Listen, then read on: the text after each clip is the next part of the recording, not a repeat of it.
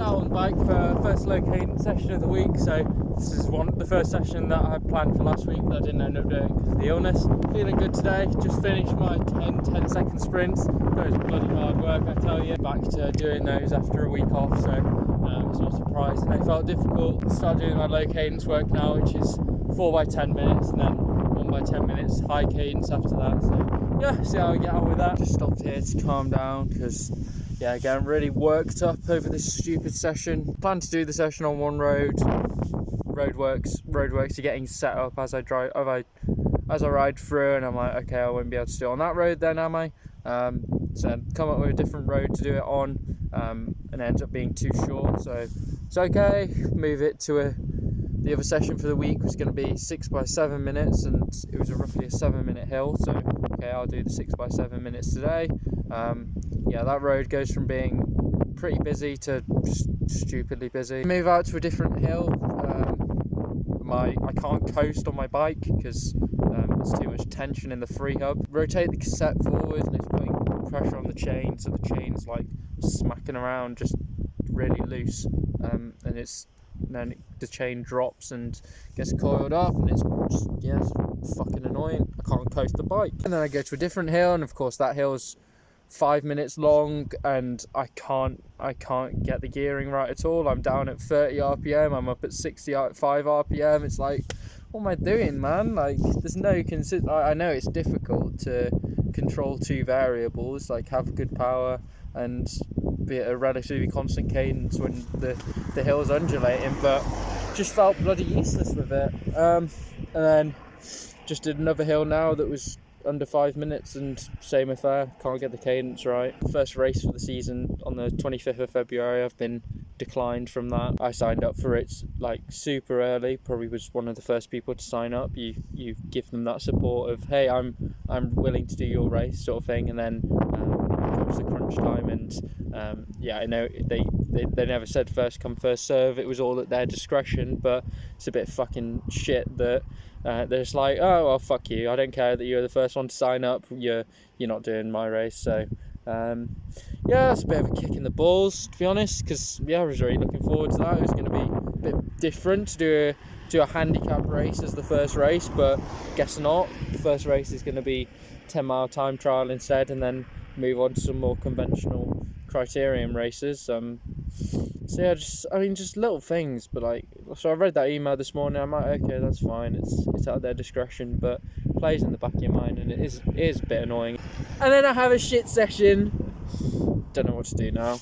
We've got one more low cadence interval to do, and then 2 by 6 minute high cadence, but yeah, I'm just mentally out of it.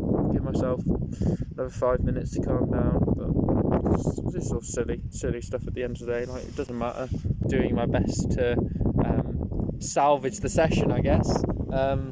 So I can't be too annoyed. But yeah, you obviously want things to work out well, and when they don't, yeah, it gets annoying, doesn't it? It's not like I'm coming back after a week off and expecting like amazing things, but on those first few intervals, like, my power was really good, but it's just like other factors that are somewhat out of your control. They're just like fucking up your session and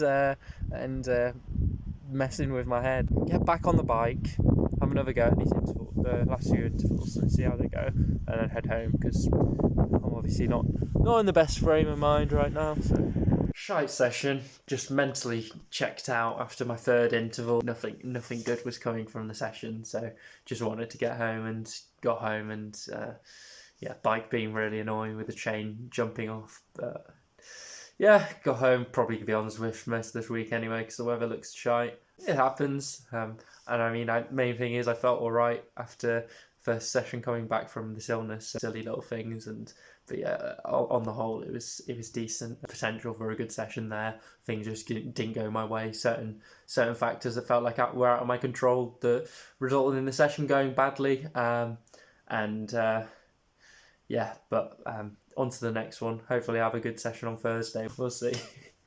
All good now, though. Thanks, Mum.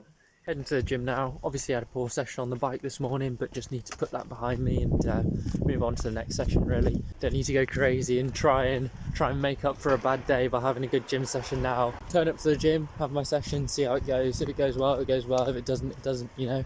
But yeah, not let this morning affect it in any way really. Just need to treat it as its own thing. So yeah, crack on, see how it goes.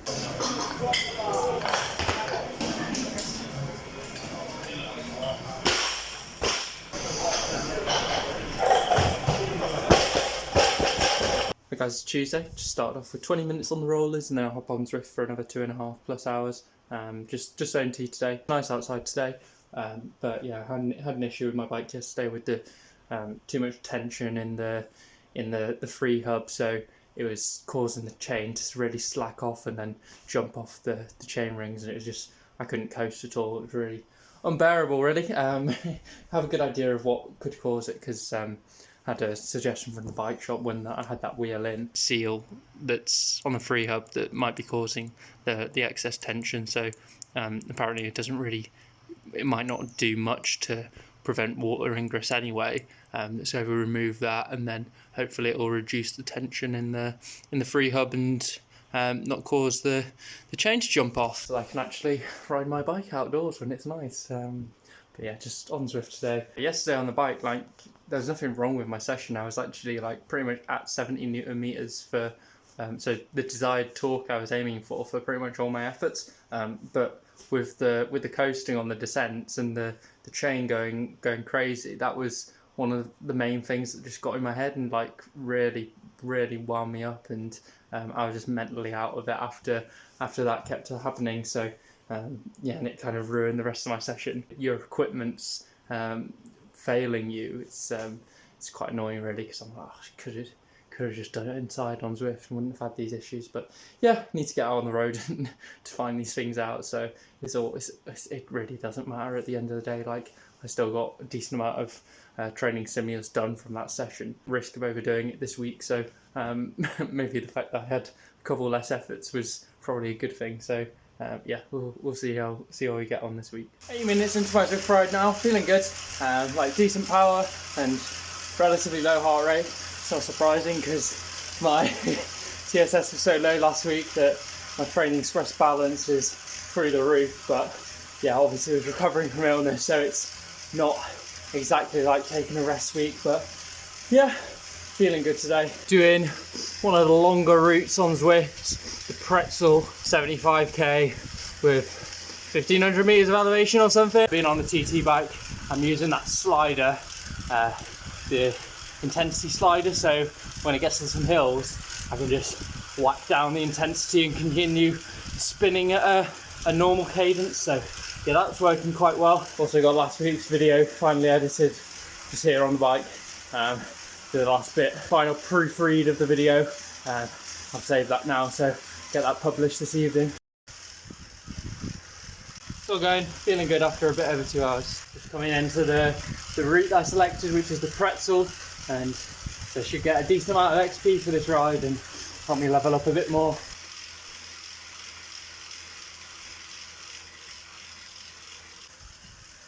There we go, a few more minutes spin, get me up to 3 hours for the Zwift ride and the rollers at the start, then I'll hop off. But yeah, feeling good. Looking at the bike, so yeah, this was the free hub, and this rubber seal was the thing that the guy at the bike shop was thinking was causing that friction in the system, and yeah, it's quite loose, so it's not like super tight on there. He was suggesting just removing it, but there are other things that could have been causing the frictions between the pawls. The smooth surface is pretty rough. I don't know why that's happened. It's really got scuffed up inside there, but I could see that also causing the friction. I don't know why the hub's been so beat up, like scratches and stuff there. I don't know if that was. I don't think that was me. So I don't know if the guy at the bike shop ended up doing that when he was replacing the bearings, because I got all the bearings replaced. So 2 bearings in here, and then the bearings inside the wheel. But yeah, just clean everything out. I think remove this seal, but then just like really grease it up to reduce the risk of any water getting in there. Take it apart a lot more frequently just to clean it, to because there's obviously going to be that increased risk of water getting in. This is one of the end caps, so the end cap just slots on, and I was cleaning this up. It was quite dirty, the drive side one at least, and won't be able to see, but there's meant to be a rubber seal in there, and it's the case for both end caps. One of them, the rubber seal, this was the rubber seal, it's snapped, broken, and then for the other side, this little thing here was the rubber seal. Like, that was all that was left of it, just a tiny little bit of rubber seal sticking around in there, so that wasn't doing anything. I think I'm just gonna, those seals aren't doing anything, so I'm just gonna clean everything up, grease it up nicely, remove that orange seal, and see if that reduces the friction in the system so that it can I can coast on the bike. But if I'm riding it outdoors, increased risk of water getting in there, so I just need to keep on top of taking it apart more often and cleaning it. So yeah, this ring, and it's meant to be continuous the whole way around, and it's completely just caved in here. The ring was already quite slag, but it just means that it's going to like collapse into these voids. So yeah, that's hopefully with the ring removed it'll be better. Got that all greased up and put back together now, minus the loose seal and the 2 broken seals. So yeah, really just lathered it up with grease. I mean, it's just my training wheel, like, so yeah, plenty of grease in there, and when the cassette is dry, I'll pop that back together and see how it rides on the rollers, and basically see if it's able to coast now that I removed that seal, and hopefully it's not causing the friction that I was getting before. I sent an email to the bike shop because it was obviously very easy for me to take it apart because it's been taken apart not that long ago, and I've only ridden it outside a few times since then. So yeah, like the free hub and the end caps came off really easily, whereas when he took it apart to do the bearings, he did mention how tightly they were on, so it might have been the case that doing that he scuffed it up a bit. But yeah, so I'll just send him an email. Hi guys, Wednesday, just on the trainer today, doing 3 hours zone 2.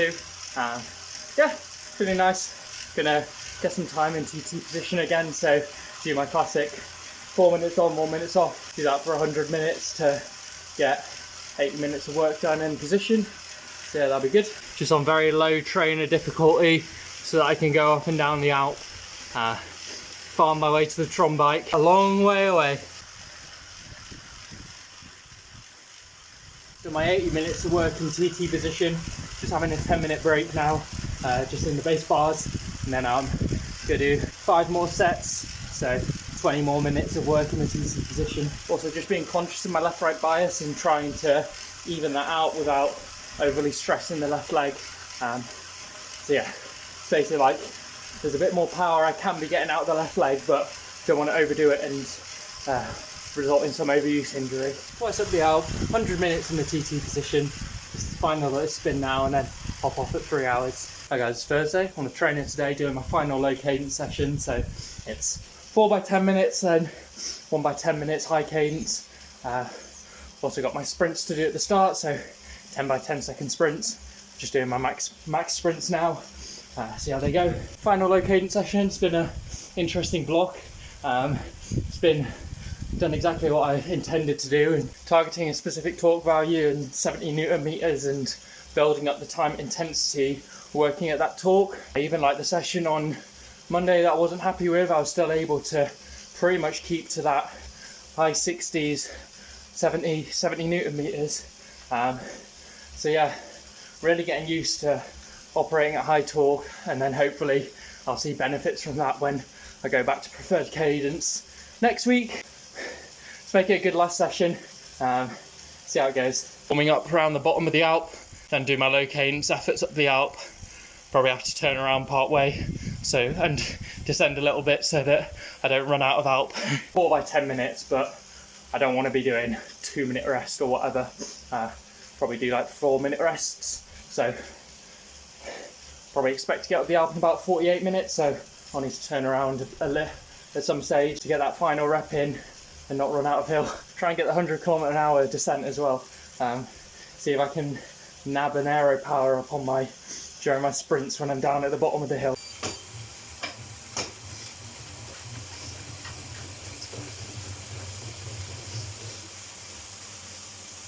Really good, couple of 1400 watt max sprints there, so yeah, that's definitely a power PB there.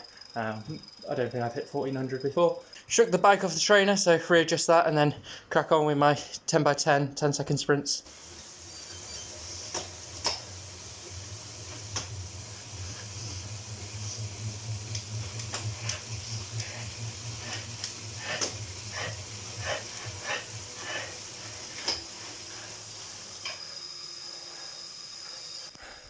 Five reps in, heart is pounding. Had a good first few reps, so try and replicate that and finish it strong. Yeah, these are hard work. Not gonna lie, I'm cooked. Got 2 more sprints left to go though.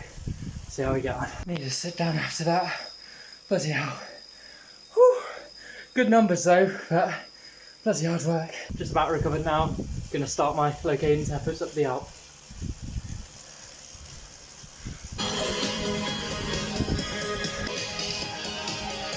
By 20, halfway there, feeling good. Legs are so much better at this. Like they're so adapted to this high torque work now that compared to when I started, it's crazy. 1 more to go. Just do a quick UE so I can have a bit more distance left on the Alp. Final low cadence effort of the block. Let's enjoy it.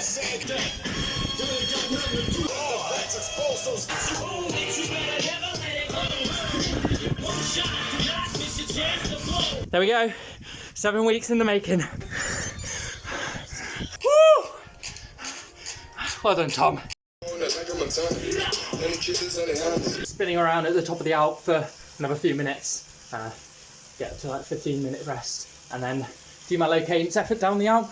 Should be about 10 minutes. Might be able to get the 100k an hour. I don't know. I'm not going to sprint for it though. High cadence effort down the Alp, and if I get 100, I get 100. If I don't, I'll try and get it another day.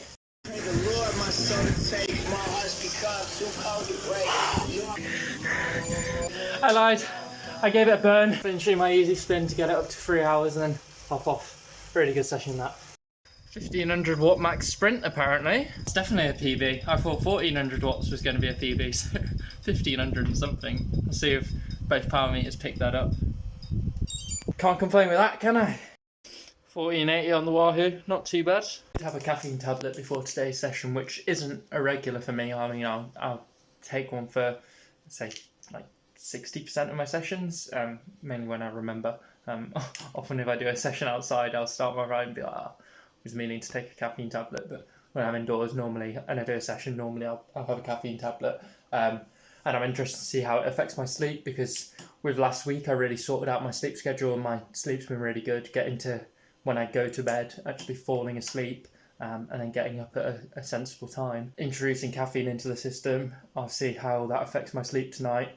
Try and keep everything else the same. I mean, if I don't sleep well tonight, it's not necessarily the caffeine, but if I repeat that, and every time I take caffeine, my sleep goes to shit, then I'll have a good idea that, yeah, caffeine's something I need to use a lot more sparingly. It is an ergogenic aid, but you can use other things like stacking bicarb and caffeine together. Doesn't necessarily yield benefits from both. It plateaus at the benefits from one. So if it's the case that caffeine completely ruins my sleep, then maybe I use caffeine for certain races and then bicarb for sessions if bicarb's not going to affect the sleep.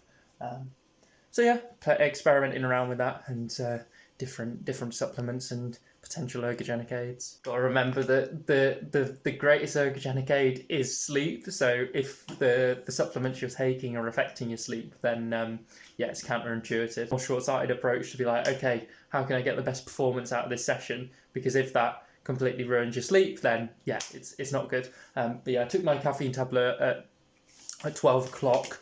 Half-life of caffeine is super long, it's like 6 or 7 hours, so I'll still have about 50 milligrams of caffeine in my system at midnight. I just have to wait and see how it affects my sleep tonight. Also go to the gym this evening, so I should be really tired this evening. that'll help for sure. Also go ahead and treat myself to the best climbing bike in the game to help me get up the Alp a little bit quicker. Yeah, Specialized AFOS is from Swifty Inside is meant to be the fastest outright climbing bike, so yeah.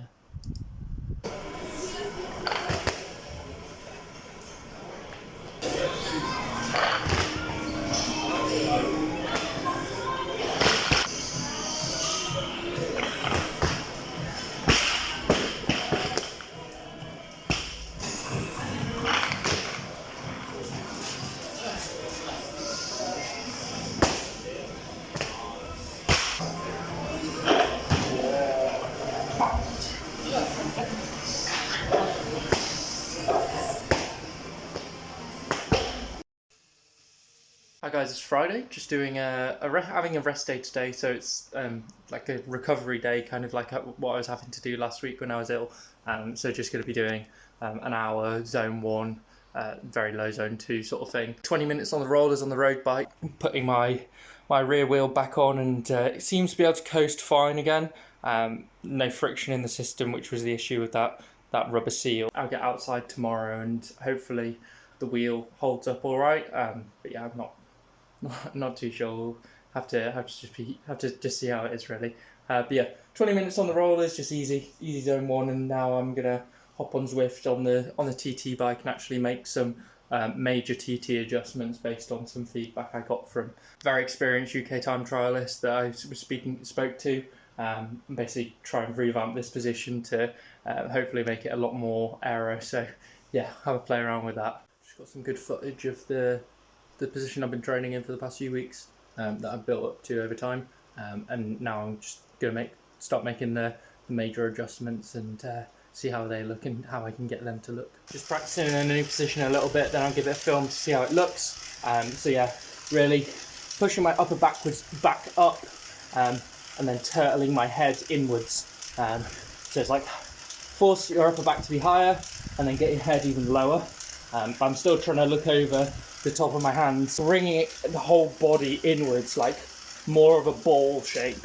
So yeah, see how it looks on film. The new position's looking better already. So I'm just going to play around with it a bit more and try lowering the stack on the front to remove 10 mm of spaces from the front there. See how the position looks with that. Probably be the case that the middle of my back is the highest point, but maybe then my head is lower than that. Even if I get tired and my head gets slightly higher, then it might still be at the same height as the upper back, if the upper back is the highest point. So, yeah, see how that looks. I'm liking this new position with the lower stack on the front, so see what it looks like on film and if it looks like it's any better than I had it before. Very productive rest day shenanigans today. Hard session on the bike and really good gym session last night, so I needed this I felt like putting this recovery in today was really a good idea, and then just ride normally Saturday, Sunday.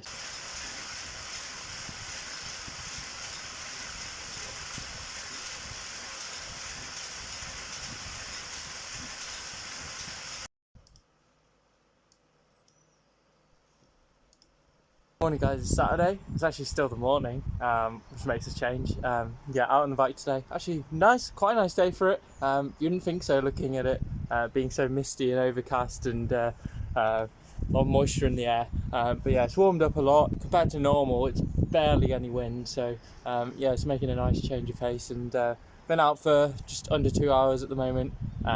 DI2 was originally playing up at the start of the ride, so for the first 90 minutes I was stuck in the big chain ring, so I thought I was just going to be doing the roads I can do on my TT bike basically. But then after 90 minutes I tried to shift. Well, I was trying to shift during that 90 minutes, but after 90 minutes I tried to shift again and it worked, so yeah, continue it for a standard sort of ride now, probably around 4 hours, but yeah, having a nice day out so far. It's good to be back out on the bike. Wheels holding up all right. Since I removed that the seal, like I'm able to coast without the chain going bonkers, which was the issue on Monday. So yeah, obviously I'll take it apart. I'll probably take it apart when I get home, make sure it dries out properly, just so that I'm not risking getting any water in there, because even though it's a training wheel, like, I want to take care of it. But it might be the case that after a while I just need to get a new hub and rebuild the wheel, take all the spokes off and rebuild the wheel. But yeah, we'll address that when we come to it. Solid 100k, 3 hours 40 there, so yeah, nice ride.